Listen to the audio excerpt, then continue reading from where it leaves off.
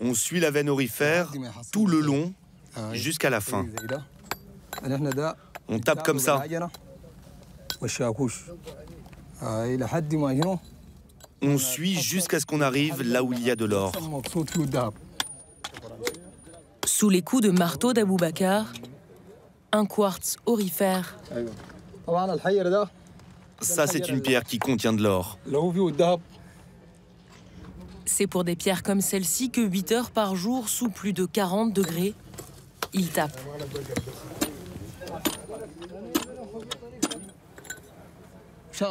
C'est dur, on ne travaille pas avec des grosses machines, seulement avec le marteau. Le marteau, puis le pilon, pour réduire les pierres en poussière et les passer à l'eau. Trouver de l'or, c'est un peu de technique et surtout beaucoup de chance.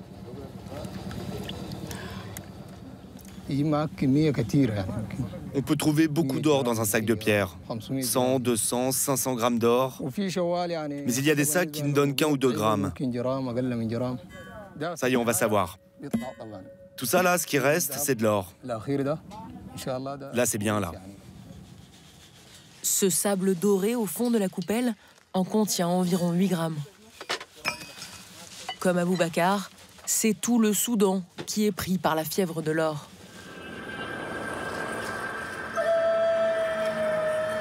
Dans ce pays de 40 millions d'habitants, près d'un homme sur 15 creuse en quête du précieux métal jaune.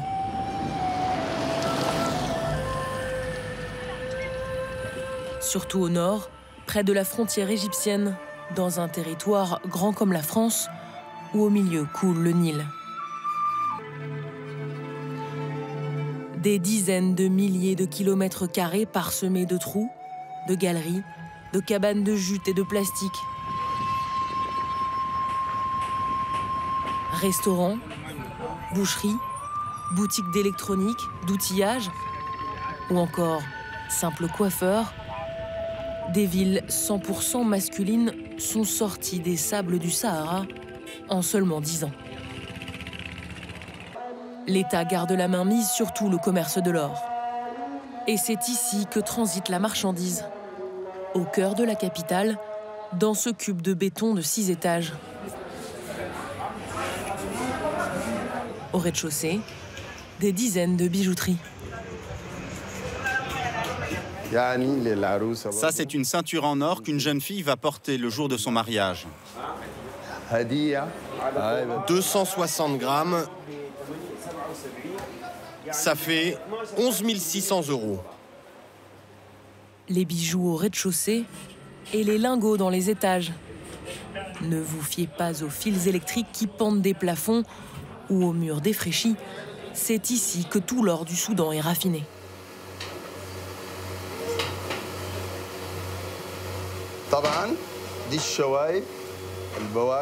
Voilà les impuretés, les saletés qu'on fait sortir de l'or. D'abord, on le trempe dans le sel, puis dans l'acide chlorhydrique mélangé à l'acide nitrique, et après on le sèche.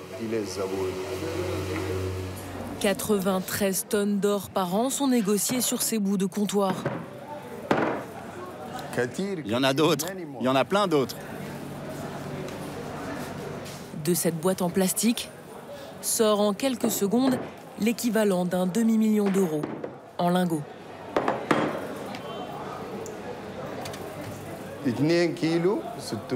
Donc là, on a 2 kg 602 grammes. Et le prix est de 108 000 €. Abdelrahim fait partie de la quinzaine de grossistes accrédités par le gouvernement. Il achète aux chercheurs d'or et n'a le droit de revendre qu'à l'État.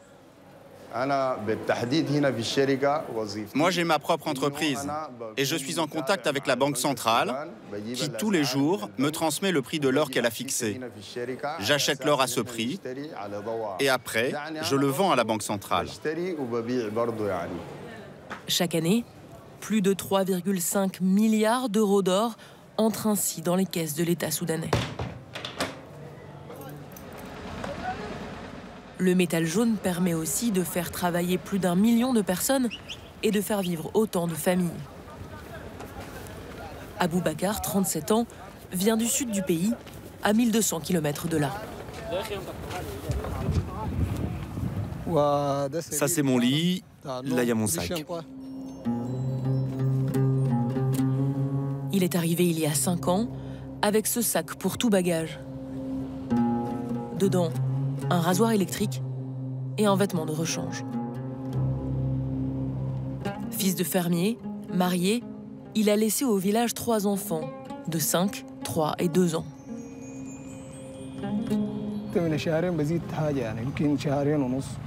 À peu près tous les 2 mois et demi, je vais voir mes enfants. Je vais voir aussi comment ça se passe à l'école pour eux, comment ils vont.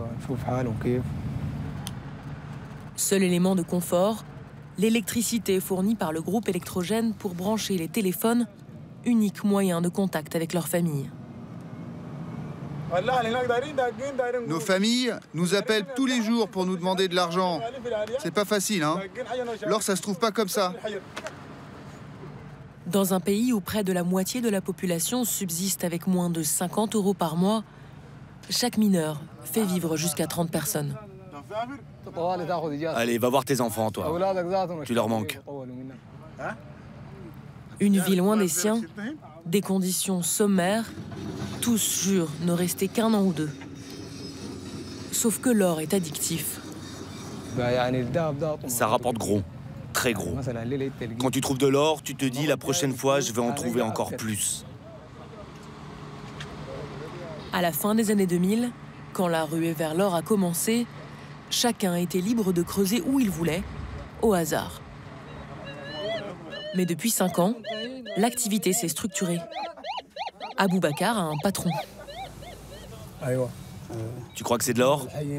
Oui, c'est de l'or. Eid, 48 ans, bénéficie d'une concession de l'État. Il paye chaque année près de 10 000 € pour avoir le droit de creuser le sous-sol. Des mines comme celle-ci, l'homme en exploite 4. En tout, 900 chercheurs d'or travaillent dans ces puits. Ils apportent leur force de travail. Eid, lui, fournit en plus du gisement les engins de chantier, l'eau, l'électricité et les toilettes. Il vit toute l'année dans cette cahute de 12 mètres carrés, posée entre 2 puits. Ça, c'est mon bureau. Je travaille ici et je dors aussi ici pour rester près des mineurs. Je ne peux pas trop m'éloigner, c'est à la fois mon bureau et ma maison. Sa femme et ses 4 enfants vivent à Khartoum. Et il tient à ce qu'ils fréquentent les meilleures écoles du pays. Il ne les voit qu'une fois tous les 3 mois.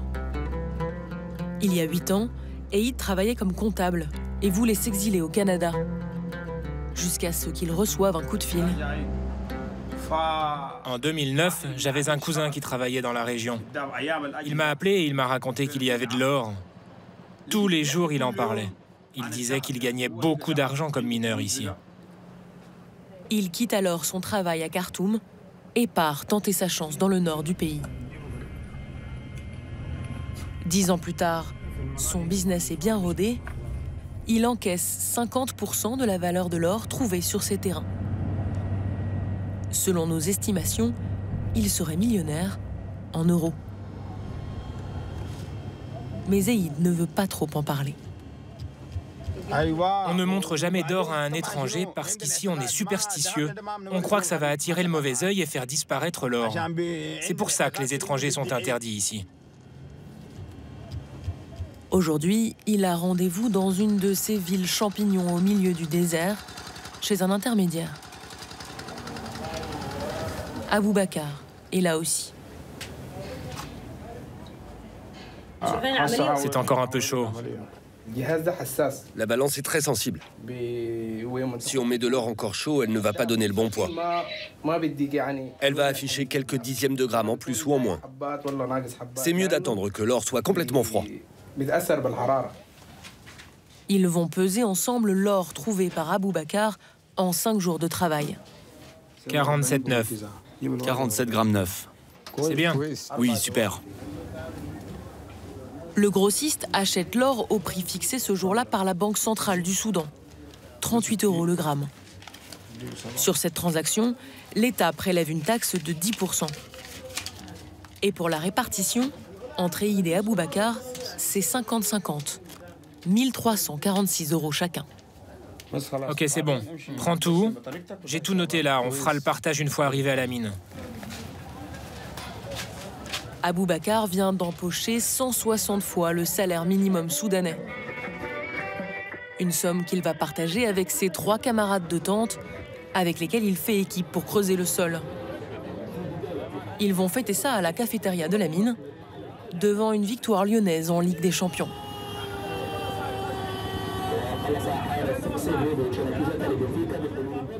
Avec ce que j'ai gagné là, j'ai de quoi subvenir aux besoins de ma famille pendant quelques temps. Je suis content. Mais l'Eldorado soudanais a une face cachée. Le mercure, un métal liquide utilisé pour amalgamer l'or qu'il faut faire évaporer. Pour cela, avant la vente, Aboubacar et Eid ont dû faire chauffer leur échantillon. Pourquoi est-ce qu'ils se protègent la bouche? À cause du mercure. C'est dangereux.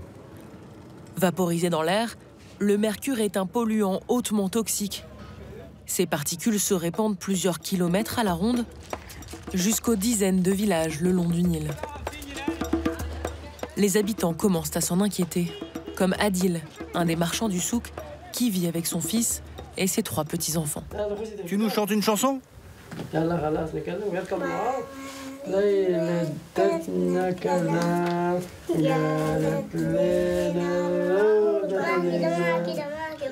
Il est parti en guerre contre ce poison qui, selon lui, aurait des effets jusque sur la santé des enfants. Du calme, du calme. Ceux qui ont une allergie ou qui ont été malades, levez-vous. Allez, tout le monde. Oui, les allergies aussi, levez-vous.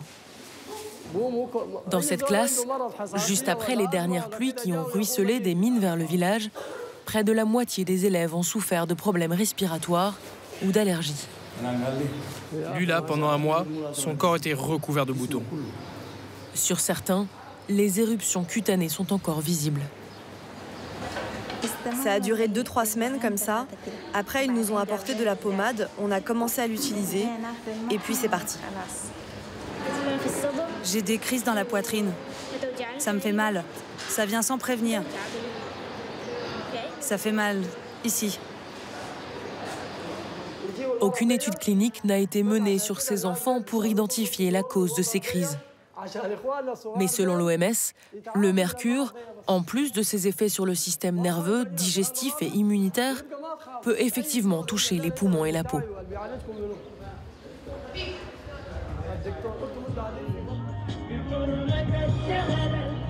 Ce matin, sur le bord de la route qui sépare les mines du village, un attroupement. Nous avons le droit de vivre dans un environnement propre pour nous et pour nos enfants. Non au cyanure, non au mercure, non à l'orpaillage sauvage. Depuis 3 ans et demi, avec d'autres habitants de la région, Adil organise des manifestations pour demander à l'État de prendre des mesures. Aujourd'hui, ils ont enfin obtenu de rencontrer le gouverneur de la province. À la sortie de la réunion, dans un délai de 2 mois, d'ici au 31 décembre, Adil annonce une bonne nouvelle. La zone d'orpaillage, là où le mercure est utilisé, devra être déplacée à une distance plus sûre, loin du Nil. Les mineurs, d'accord, ils travaillent, mais les gens aussi ont le droit de vivre serein et en bonne santé. C'est la première fois que la dangerosité des mines est reconnue officiellement. Mais la guerre n'est pas gagnée, et l'or commence à faire de l'ombre à un autre trésor que certains vont aussi chercher dans le sol. Sous cette terre, ce sont nos ancêtres. On gagne de l'argent en mettant en valeur notre histoire. Avec une dizaine d'autres ouvriers soudanais, Mahmoud met au jour une ville fortifiée, vieille de 3500 ans. Elle a été érigée au milieu du fleuve pour protéger l'accès aux mines d'or des pharaons. En fait, il y a du gros mur là. Ah, mais c'est... Et c'est la suite. Oh, génial. Des fouilles que dirige Vincent Francini sur l'île de Saï. Cela fait 15 ans que ce chercheur au CNRS travaille sur cette région. Lui aussi est préoccupé par le voisinage. On voit au-delà de la palmeraie, qui symbolise le bras du Nil, que sur l'autre berge, il y a une intense activité d'orpaillage qui n'existait pas il y a encore quelques années et qui fait peser une menace sur tout le patrimoine de cette zone qui n'a pas encore été prospecté, qu'on ne connaît pas encore sur le plan archéologique. L'archéologue a des raisons de s'inquiéter pour le patrimoine, car le moindre vestige est en fait un indice pour les chercheurs d'or. À 4 heures de piste de là, Eid nous emmène là où tout a commencé pour lui. Au détour d'une colline rocheuse, sa première mine, ouverte en 2012. Là, il y avait des grandes tentes pour les mineurs, de vrais châteaux. On aurait dit les tentes de Kadhafi. Il n'a pas décidé de creuser ici par hasard. Ces pierres, ce sont les restes de maisons de chercheurs d'or de l'ancienne Nubie. C'est ça qui m'a mis sur la piste.